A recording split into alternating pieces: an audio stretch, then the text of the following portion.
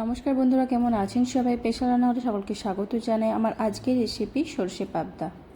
তো সর্ষে পাবদা অনেকে অনেক রকমভাবেই রান্না করে, তো আমি কিভাবে রান্না করছি আজকে সেই ভিডিওই শেয়ার করছি। চলুন দেখে নেওয়া যাক আজকের রেসিপি।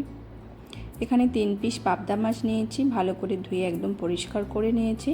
এর মধ্যে দিয়ে দেব লবণ আর হলুদ গুঁড়ো, দিয়ে ভালোভাবে, আর তার সাথে দিচ্ছি একটু তেল, দিয়ে ভালোভাবে মাখিয়ে নেব মাছের গায়ে।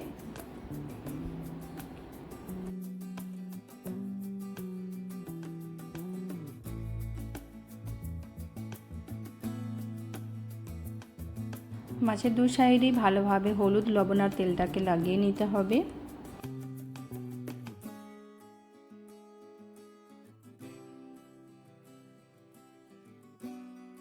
গ্যাসে কড়াই বসিয়ে কড়াইয়ের মধ্যে পরিমাণ মতন সরষের তেল দিয়ে দেব। তেলটাকে খুব ভালোভাবে গরম করে নিতে হবে।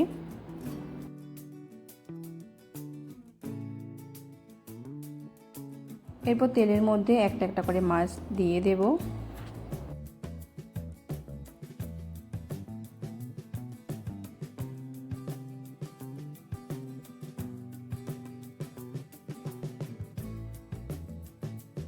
মাছগুলোর একটা সাইড ভাজা হয়ে গেছে, উল্টে আরেক সাইড ভেজে নেব।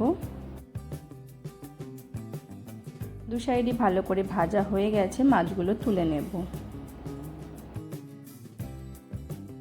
এরপর কিছুটা তেল কমিয়ে ওই তেলের মধ্যে দিয়ে দিচ্ছি কালো জিরে আর 2টো কাঁচা লঙ্কার চেরা, আর দিয়ে দেব আদা বাটা। হালকা একটু নেড়ে চেড়ে ভেজে নেব। আদাটাকে হালকা করে ভেজে নেওয়ার পর এর মধ্যে দিয়ে দিচ্ছি টমেটো পেস্টটাকে দিয়ে ভালোভাবে ভেজে নিতে হবে, যাতে কাঁচা গন্ধটা না থাকে।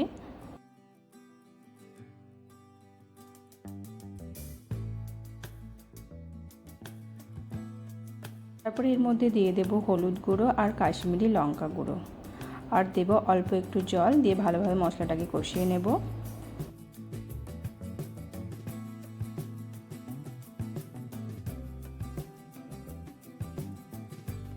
তারপর এর মধ্যে দিয়ে দিচ্ছি সাদা সর্ষে আর কালো সর্ষে বাটা, দিয়ে ভালোভাবে নেড়ে চেড়ে সর্ষেটাকে একটু কষিয়ে নিতে হবে যতক্ষণ না তেল ছেড়ে আসছে।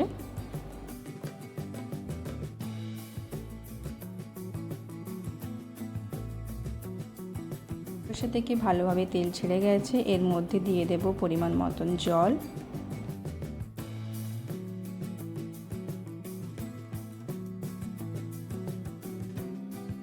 জল দেওয়ার পর এর মধ্যে দিয়ে দেব পরিমাণ মতন লবণ আর অল্প একটু চিনি,